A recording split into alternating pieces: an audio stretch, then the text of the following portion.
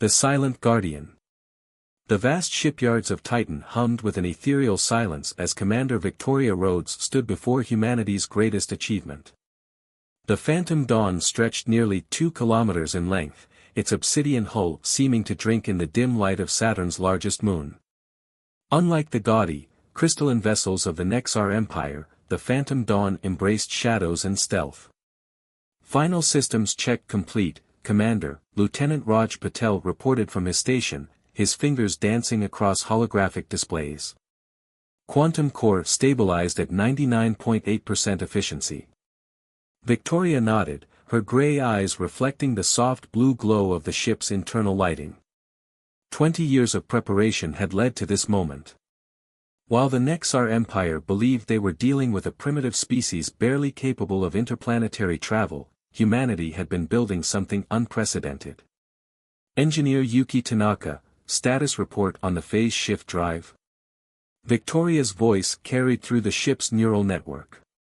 Deep within the vessel's heart, Yuki stood surrounded by spinning quantum matrices. Phase shift drive is nominal, Commander. The dark matter containment fields are holding steady. We can initiate Ghost Protocol at your command. The Phantom Dawn represented humanity's greatest gamble. While other civilizations focused on brute force and energy weapons, Earth scientists had pursued the art of invisibility. The ship could literally phase between dimensions, becoming untraceable to conventional sensors. Admiral Hassan is on secure channel, Commander, Communications Officer Zara Okoro announced, her Nigerian accent crisp and professional. The holographic form of Admiral Nadia Hassan materialized on the bridge. Commander Rhodes, long-range sensors have detected a Nexar battle group entering the Kuiper Belt. Their trajectory suggests they plan to make an example of our Neptune colonies. Victoria's jaw tightened. The Nexar Empire had been systematically conquering primitive species across the galaxy, forcing them into servitude. They believed their crystalline technology and energy weapons made them invincible. They had never encountered a species that could turn their own arrogance against them. Time to show them why they shouldn't underestimate Earth, Victoria replied. What are our engagement parameters, Admiral? Phantom Dawn is cleared for full tactical response. Remember, Commander, they don't know about the phase shift technology. Use that advantage wisely. The bridge crew worked with practiced precision as final launch preparations began. Dr. Omar Singh, the ship's tactical officer, ran combat simulations through the quantum AI core. Their crystalline shields are most vulnerable to specific quantum frequencies, he reported. I've calibrated our disruption beams accordingly. Victoria moved to the command chair, feeling the neural interface sync with her consciousness. The Phantom Dawn was more than a ship, it was humanity's declaration that they would not submit to alien dominion. All hands, battle stations, she ordered. Initiate Ghost Protocol. Let's remind the galaxy that appearances can be deceiving. The massive vessel shimmered like heat waves over desert sand, its hull shifting between dimensions. To any observer, it simply ceased to exist. But the Phantom Dawn was very real, and it carried humanity's hopes for freedom. As they accelerated toward Neptune's orbit, Victoria addressed her crew. The Nexar Empire thinks we're primitives because we don't showcase our technology. They expect us to either surrender or fight conventionally. Instead, we're going to introduce them to a kind of warfare they've never imagined. Lieutenant Patel's sensors detected the Nexar battle group, 15 crystalline dreadnoughts, each bristling with energy weapons. Their ships glowed with internal light, a display of power meant to intimidate. They're broadcasting their usual ultimatum, Zara reported. Submit or be annihilated. Victoria allowed herself a small smile. Record this response, from the primitive humans to the Nexar Empire, look behind you. The Phantom Dawn had already slipped through their formation, completely undetected. Everything was in place for humanity's first strike against their would-be conquerors. The real war was about to begin, and Earth's greatest weapon wasn't their technology, it was the element of surprise. First blood. The crystalline spires of the Nexar dreadnoughts sparkled against Neptune's blue backdrop, their formation arranged in a classic dominance pattern. Inside the Phantom Dawn, Victoria watched through quantum-enhanced sensors as the alien ships continued their advance, completely unaware of the predator in their midst. Quantum disruption arrays charged at 90%, Dr. Singh reported, his fingers hovering over the tactical controls. We can target 3 ships simultaneously in our first volley. The Phantom Dawn's revolutionary weapons weren't designed to destroy, they were created to shatter the very foundation of Nexar technology. Each quantum disruption beam would resonate at the exact frequency of the aliens' crystalline matrix, causing cascade failures in their systems. Enemy ships are launching fighter screens, Lieutenant Patel announced. They're preparing for conventional orbital bombardment of Neptune colony. Victoria's voice remained steady as she issued commands. Engineer Tanaka, divert auxiliary power to forward quantum arrays. Dr. Singh, target their command vessel and its 2 flanking supports. Lieutenant Okoro, prepare to broadcast on all frequencies when we decloak. The bridge hummed with tension as final preparations were made. Humanity had never tested these weapons in actual combat, everything rode on this first strike. All targets locked, Singh confirmed. Disruption beams synchronized to their shield harmonics. Victoria took a deep breath. Disengage Ghost Protocol. Fire all arrays. The Phantom Dawn shimmered into existence directly behind the Nexar formation. Before the alien ships could react, 3 brilliant purple beams lanced out from the human vessel. Where they struck the crystalline hulls, intricate patterns of fractures began spreading like spider webs. Direct hits. Singh exclaimed. Quantum resonance is causing systematic failures in their crystalline matrices. On the massive view screen, Victoria watched as the Nexar ship's internal light began to flicker and die. Their once perfect crystal structures were being shattered from within by carefully calculated quantum frequencies. Incoming transmission from the Nexar command ship, Okoro reported. They're demanding to know what we've done to their vessels. The remaining Nexar ships scrambled to respond, their formation breaking as they tried to target the suddenly visible human vessel.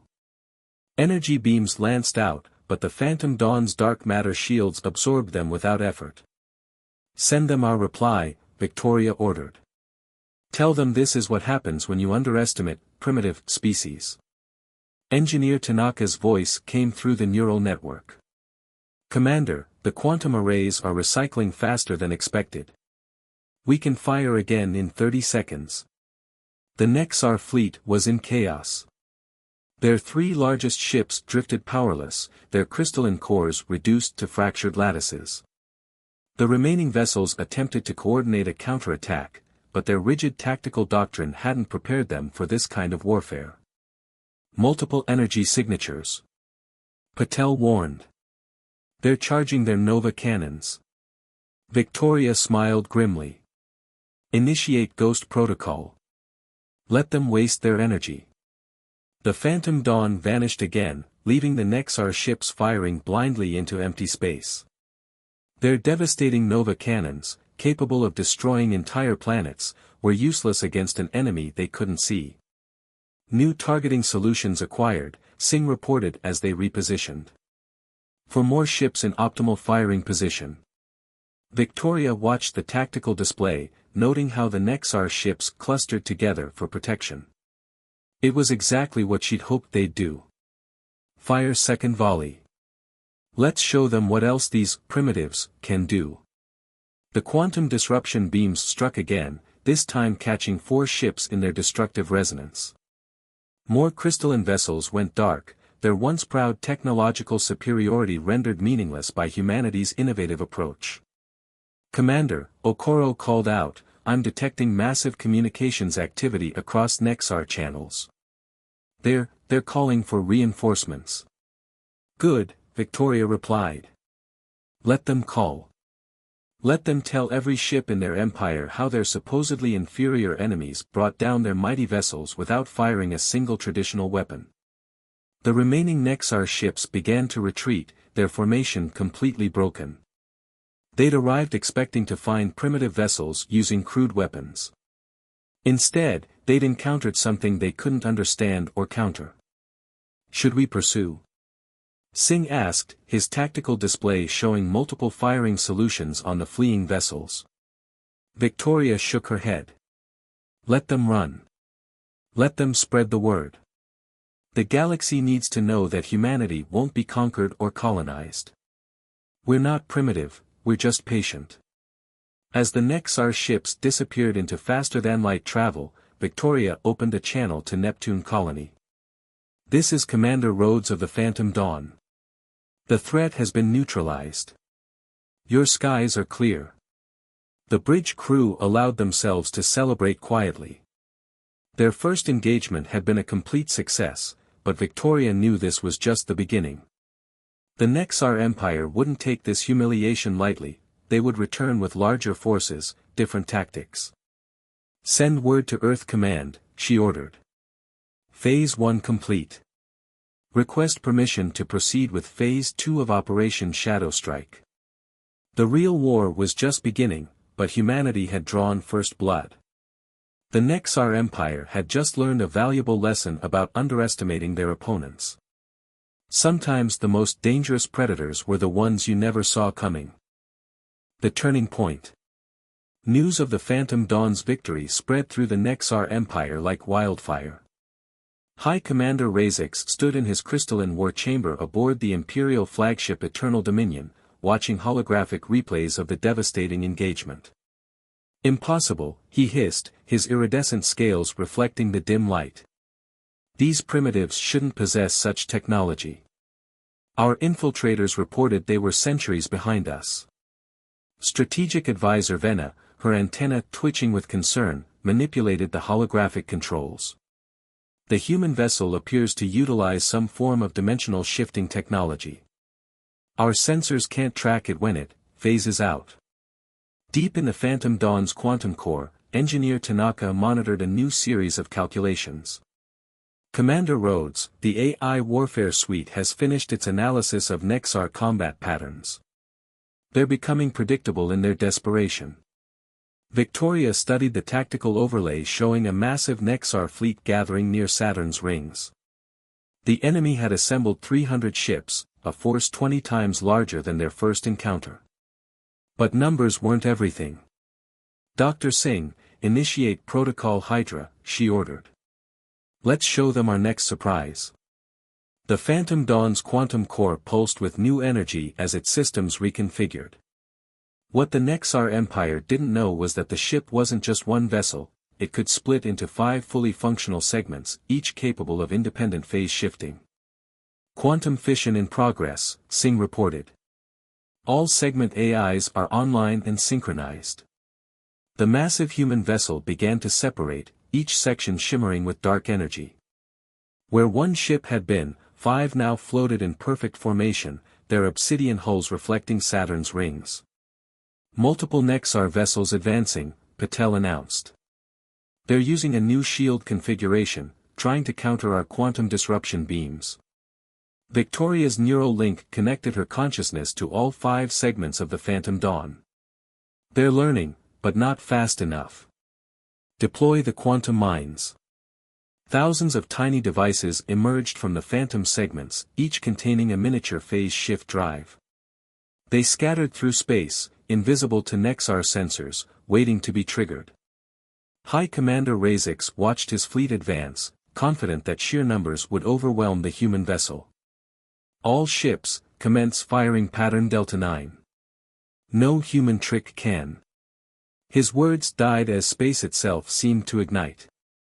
The quantum mines detonated in sequence, creating pocket dimensions that temporarily swallowed entire sections of his fleet. Ships emerged seconds later, their crystalline systems scrambled by the dimensional shift. Impossible! Razix roared. They're violating the laws of physics. No, Victoria's voice came through on all Nexar frequencies. We're just understanding them better than you. The 5 segments of the Phantom Dawn attacked simultaneously, each targeting a different section of the Nexar fleet. Their quantum disruption beams had evolved, now capable of chain reactions that jumped from ship to ship. 30% of enemy fleet disabled, Singh reported. Their new shields are failing against the enhanced quantum frequencies. Razix watched in horror as his mighty armada was systematically dismantled by what appeared to be ghost ships. Every time his vessels locked onto a target, it would vanish, only to reappear somewhere else. Strategic withdrawal, he ordered. All ships, emergency jump to. I don't think so, Victoria interrupted. Initiate quantum web. The scattered minds suddenly activated again, creating a lattice of interdimensional energy that prevented faster-than-light travel. The Nexar fleet was trapped. Final warning, Victoria broadcast. Surrender your ships or we'll be forced to disable them all. Your choice, Commander Razix. The Nexar commander stared at his tactical display, watching more of his ships go dark. His mighty empire, built on technological superiority, was being humbled by a species they had dismissed as primitive. This is High Commander Razix, he finally transmitted. We surrender. Victoria allowed herself a small smile. A wise decision. Perhaps now your empire will understand that true advancement isn't about having the most powerful weapons, it's about innovation, adaptability, and the courage to think differently. As the Nexar ships powered down their weapons, Victoria opened a channel to Earth Command. Phase 3 complete. The Nexar fleet is neutralized. Requesting diplomatic teams for prisoner processing. The battle had proven that humanity's greatest strength wasn't their technology, it was their ability to surprise, adapt, and overcome. The galaxy would never again mistake patience for weakness or restraint for primitiveness. Counter-strike. The crystalline halls of the Nexar High Council chamber pulsed with agitation as Supreme Overlord Xylith reviewed the catastrophic defeat. Holographic displays showed hundreds of their most advanced ships, now floating powerless in Earth's solar system. 3 centuries of galactic dominance, Xylith's voice resonated through the chamber, undermined by a species we dismissed as insignificant. This ends now. Deep in classified Nexar research facilities, scientists worked frantically to develop countermeasures against human phase shift technology. But the Phantom Dawn's victories had caused something even more dangerous, other subjugated species were beginning to resist. Aboard the Phantom Dawn, Victoria received troubling intelligence from Earth's deep space monitoring stations. Multiple quantum signatures detected at the edge of the solar system, Patel reported. They're different from anything we've seen before. Engineer Tanaka's voice carried concern as she analyzed the data. Commander, they've modified their crystalline technology. They're trying to match our phase shift frequencies. The tactical display showed thousands of new Nexar vessels emerging from hyperspace. These ships were darker, their crystalline structures interwoven with black metal that seemed to absorb light. They've adapted faster than expected, Dr. Singh observed. These new ships appear to have some form of dimensional anchoring technology. Victoria studied the enemy fleet's formation. The Nexar weren't just coming with superior numbers this time, they were coming with a plan. All segments, prepare for emergency quantum fusion. We need to reunite the Phantom Dawn. Supreme Overlord Xylith personally led the assault, his flagship, Eternal Night, at the head of the massive fleet. The humans think they understand dimensional warfare. Show them what true mastery looks like. The Nexar ships launched their new weapons, crystalline torpedoes that could track through phase space. The Phantom Dawn segments barely managed to dodge the first volley. Multiple hits on segments 3 and 4. Patel called out. Their weapons are partially phasing with us. Victoria's mind raced through options as the 5 segments of her ship drew back together. Engineer Tanaka, what's the status of Project Eclipse? The prototype is ready, Tanaka responded, but it's never been tested in combat. The power requirements could overload our systems. We're out of options, Victoria decided. Prepare to initiate Project Eclipse on my mark.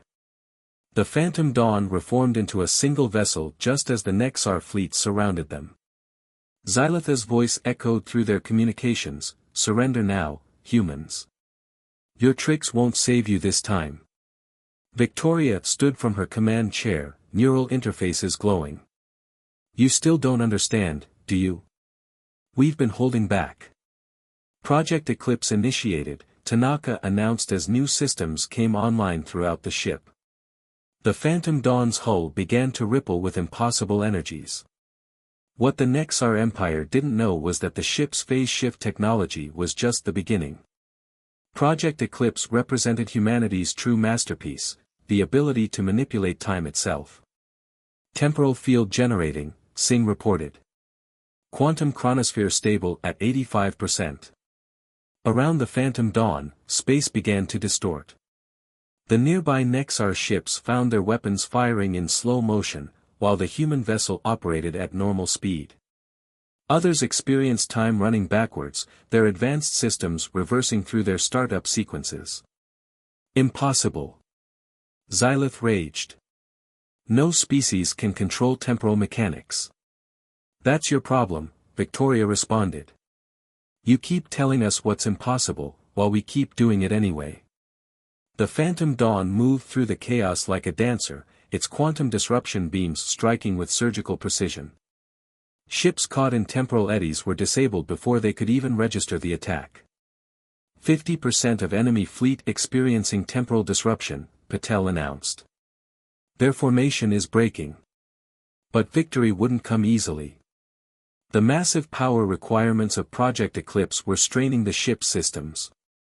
Warning lights flashed across every console as the quantum core approached critical levels. "Commander," Tanaka warned, "we can't maintain the temporal field much longer. Core temperature is reaching maximum tolerance." Victoria watched as Xylatha's flagship pushed through the temporal distortions, its modified crystals glowing with determination. "Concentrate all remaining power on the Eternal Night," she ordered. "Let's finish this." The Phantom Dawn and the Eternal Night engaged in a final battle, two titans of technology pushing their innovations to the limit. Time itself seemed to bend around them as they exchanged fire. Dawn of a new era.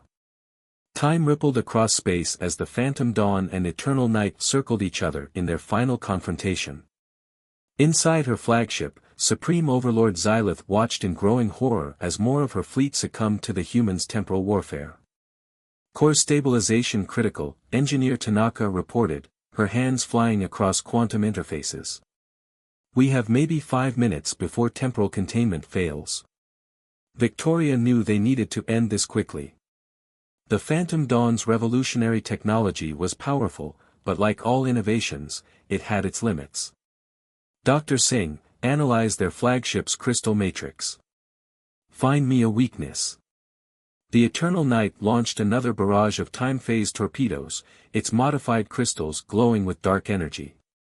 The Phantom Dawn twisted through space-time, avoiding most hits, but 2 torpedoes struck home. "Hull breach on decks 12 through 14, Patel called out. "Emergency containment fields holding, but barely." Deep in the Nexar flagship, Xylath activated her Empire's final weapon, a device that could theoretically tear apart the fabric of reality itself. "If we cannot rule this galaxy," she declared, "then none shall have it." "Commander." Zara's voice cut through the chaos. "I'm detecting a massive energy buildup in their flagship. The readings, they're off any known scale." Victoria's neural link with the ship fed her information faster than human consciousness could normally process. She saw the pattern emerging, the Nexar weren't just fighting anymore, they were ready to destroy everything. "Project Eclipse may have one final use," she announced. "Engineer Tanaka, prepare to redirect all power to the temporal core. Lieutenant Okoro, broadcast this message to all ships, including our allies, fall back beyond Saturn's orbit. Now." "But Commander," Singh protested, "if we overload the temporal core." "It's not about winning anymore," Victoria cut him off. "It's about saving everyone." The Phantom Dawn's systems began to hum with unprecedented power as Victoria implemented her desperate plan. Instead of projecting a temporal field outward, they would create a temporal singularity, a moment of time frozen forever. Eternal night is preparing to fire, Patel warned. Reality distortion weapons at maximum charge. Victoria stood from her command chair, neural interfaces glowing brighter than ever. Sometimes the greatest victory isn't in destroying your enemy, she broadcast to all frequencies, but in preventing destruction itself. The Phantom Dawn's temporal core reached critical mass just as the Eternal Night's reality-destroying weapon fired.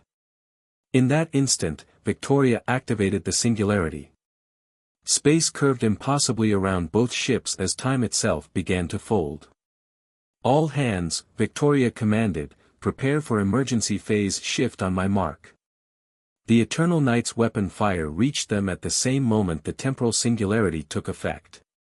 In a flash of impossible light, both flagships were caught in a bubble of frozen time, a moment stretched into eternity. But the Phantom Dawn had one final trick. As space-time curved around them, they executed a perfect phase shift, sliding between dimensions just as the temporal bubble solidified. The Eternal Night, along with its reality-destroying weapon, remained trapped in that single frozen moment, harmless for all time. Status report, Victoria called out as they emerged back into normal space. All systems functional, Tanaka reported, amazement in her voice. The temporal bubble is stable.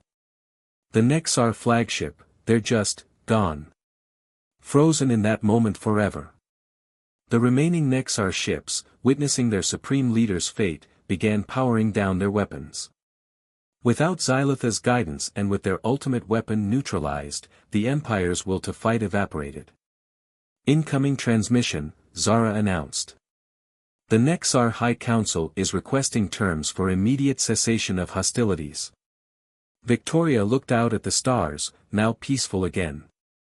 Tell them our terms are simple, freedom for all species, and a new council where all voices are heard equally. As the Phantom Dawn moved through space, other ships began emerging from hiding, vessels from dozens of formerly subjugated species who had watched humanity stand against their oppressors. Commander, Zara said softly, they're all hailing us. They're calling Earth the guardian of galactic freedom. Victoria smiled, thinking of how far they'd come from being dismissed as primitives. Send them this response, we never wanted to rule the galaxy. We just wanted to make it free. The war was over. Humanity had proven that true advancement wasn't about domination or technological superiority, it was about innovation, courage, and the wisdom to use power responsibly. As the Phantom Dawn set course for Earth, Victoria knew that a new era was beginning. One where species would be judged not by their age or their technology, but by their contributions to a greater whole. The nightmares of alien civilizations had become the guardians of galactic peace, all because they dared to think differently.